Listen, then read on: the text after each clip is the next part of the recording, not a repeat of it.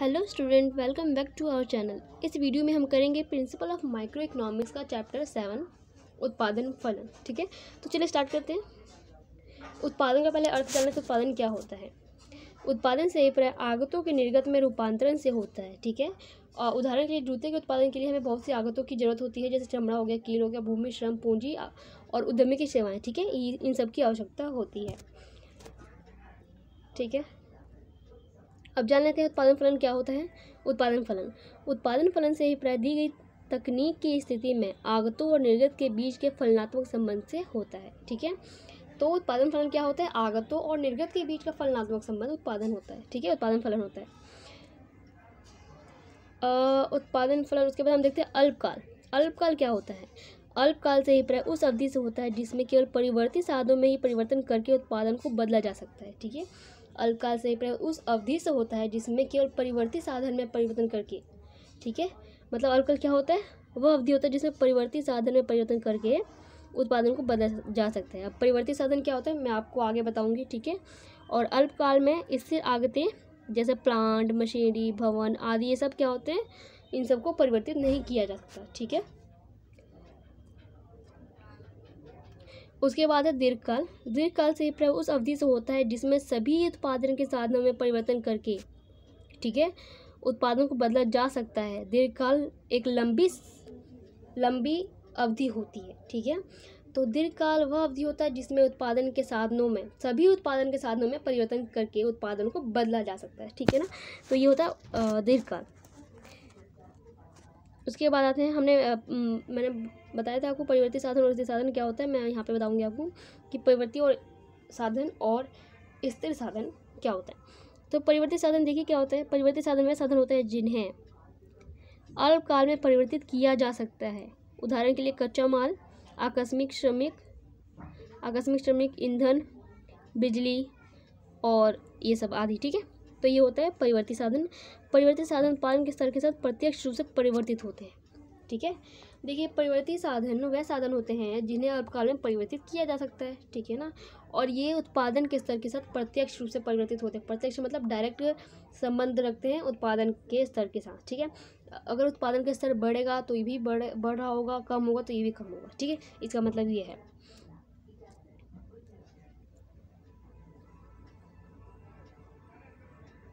अब जान लेते हैं स्थिर साधन। ठीक है, स्थिर साधन क्या होता है।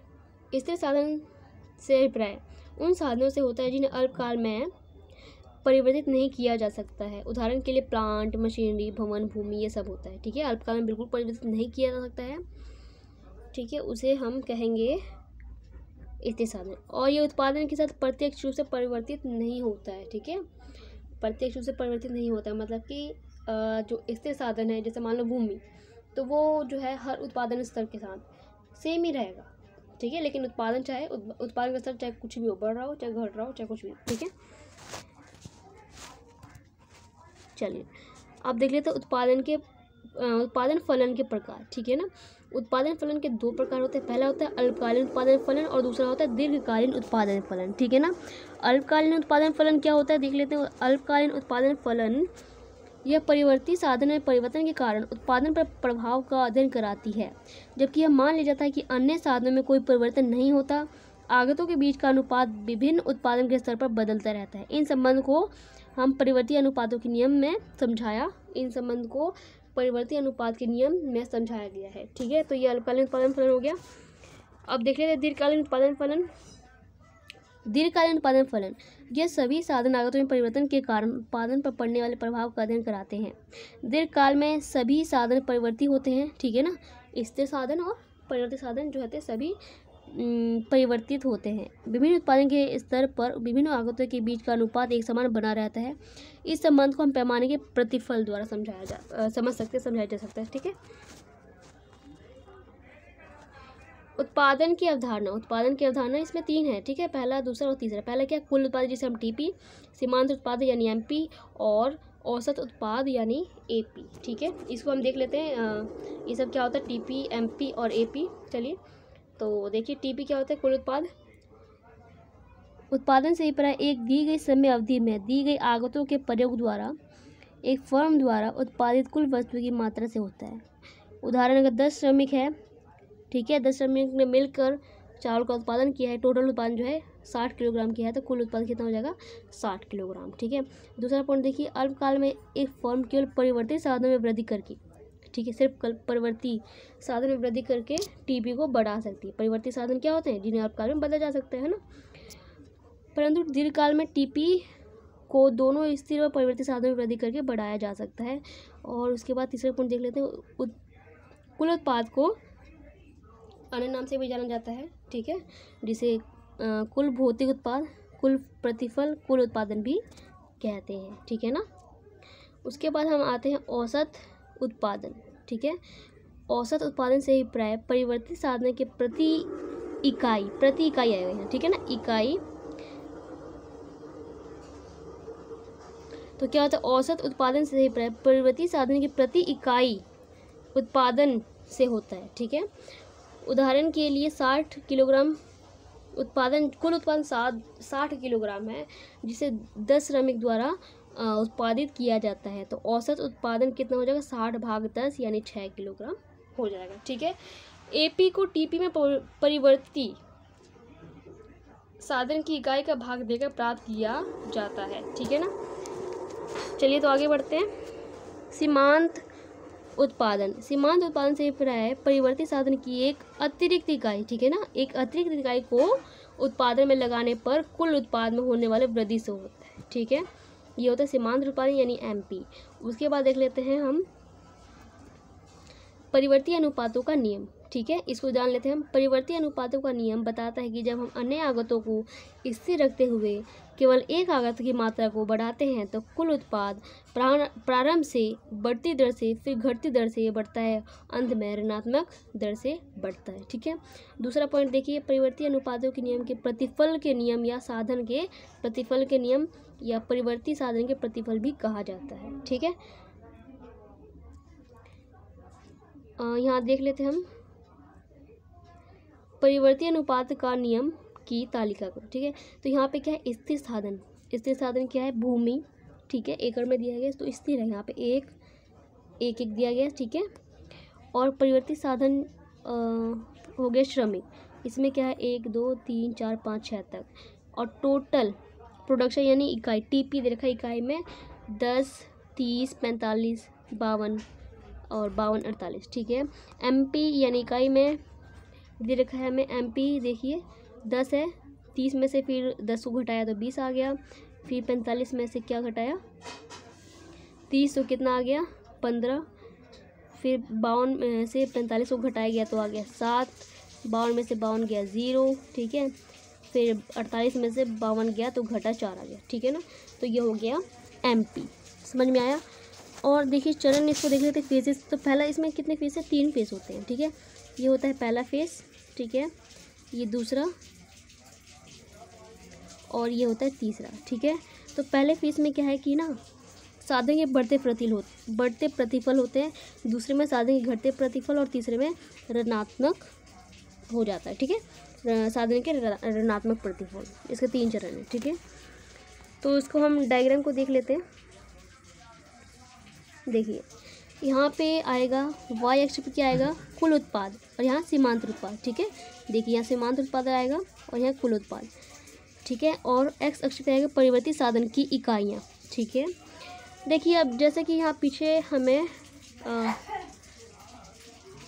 दे रखा है ये टेबल, इसके अनुसार जब हम सभी पॉइंट टीपी और एमपी को हम प्लॉट करते हैं इस ग्राफ पर, तो कुछ इस तरीके से बनेगा, ठीक है, ऐसे बनेगा और ये ऐसे बनेगा, ठीक है ना।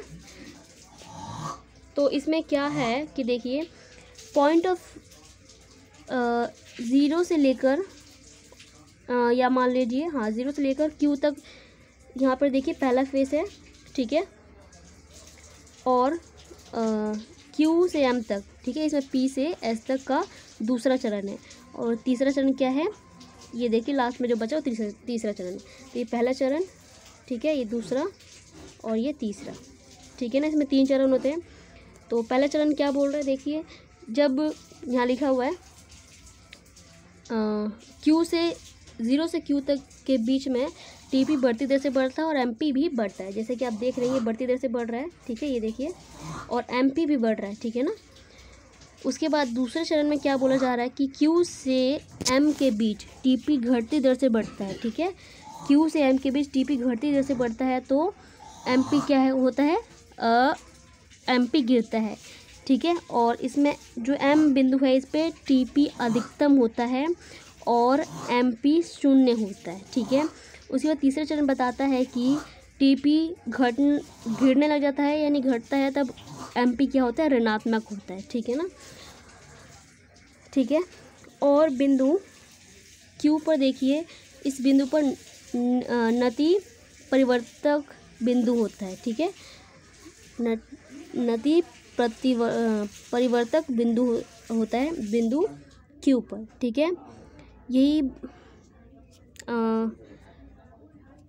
क्यू इस क्यू पॉइंट पे, ठीक है। तो ये था। अब हम देख लेते हैं परिवर्ती अनुपातों के नियम की मान्यताएं। पहला मान्यता यह है कि यह अल्पकाल में लागू होता है। दूसरा, यह नियम भूमि सहित सभी स्थिर साधनों पर लागू होता है, ठीक है। तीसरा पॉइंट यह है कि यह नियम केवल उत्पादन के क्षेत्रों में लागू होता है। चौथा पॉइंट यह है कि नियम के लागू होने के दौरान तकनीक की स्थिति को कोई स्थिर मान लिया जाता है।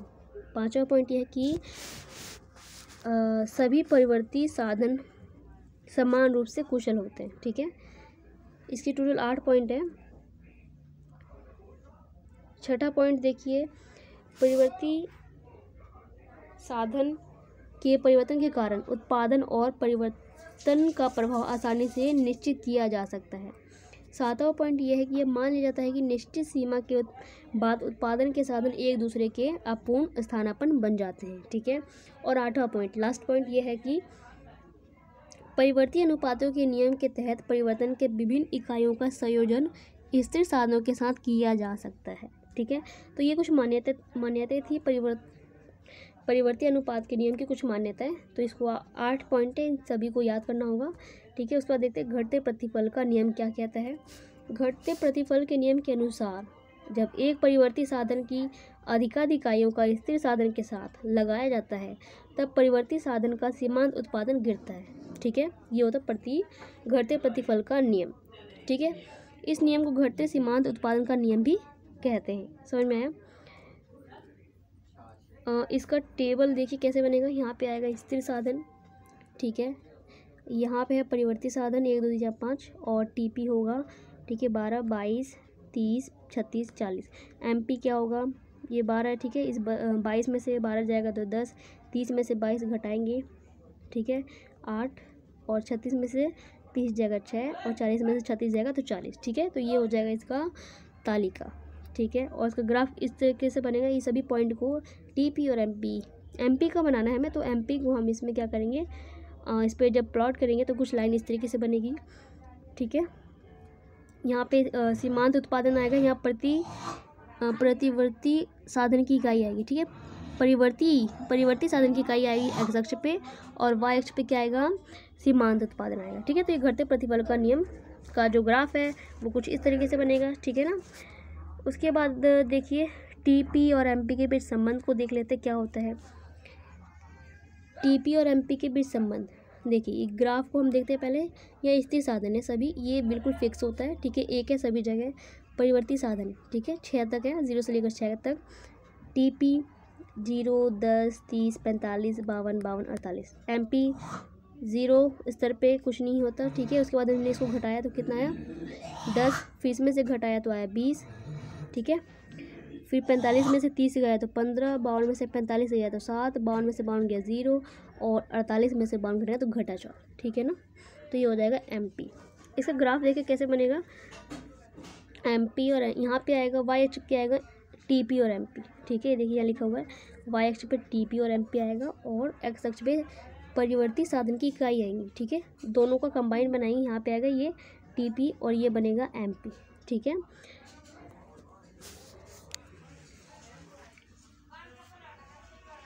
ठीक है,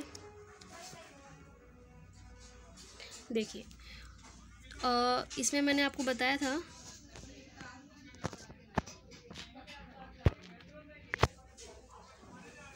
जब टीपी बढ़ती दर से बढ़ता है तो एमपी भी बढ़ता है। जैसे कि इस पॉइंट पी पॉइंट तक देखिए आप, दोनों बढ़ रहा है बढ़ती दर से, ठीक है। बिंदु पी तक जब टीपी बढ़ती दर से बढ़ता है तो एमपी भी बढ़ता है, ठीक है। और दूसरा पॉइंट, जब टीपी घटती दर से बढ़ता है तब एमपी भी घटता है, ठीक है ना। देखिए जब टीपी घटती दर से बढ़ता है तो एमपी क्या होता है, घटता है, ठीक है। और एम बिंदु पे टीपी जो अधिकतम होता है और इस पे एन बिंदु पे जो एमपी होता है वो शून्य होता है, ठीक है।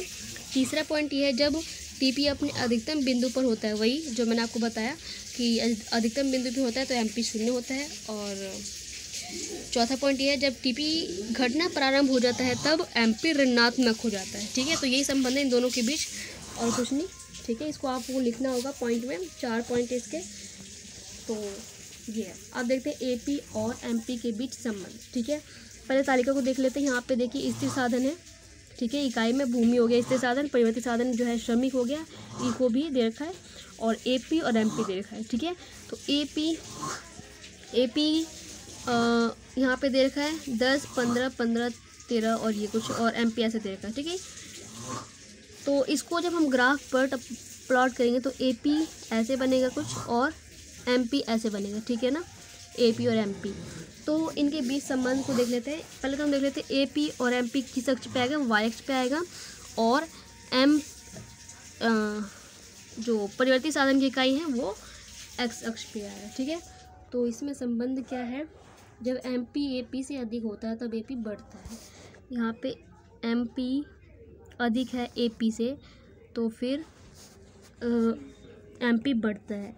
दूसरा पॉइंट, जब एमपी एपी के बराबर होता है तो एपी अधिकतम होता है, ठीक है। यहाँ पे देखिए इस पॉइंट पे दोनों बराबर है, ठीक है ना, तो इस पे क्या होगा, एपी अधिकतम होगा। तीसरा पॉइंट ये है, जब एमपी एपी से कम होता है तो एपी गिरता है, ठीक है। ये देखिए एपी गिर रहा है, जो एमपी से, ठीक है, एमपी एपी से कम होता है तो एपी क्या होता है, गिरता है।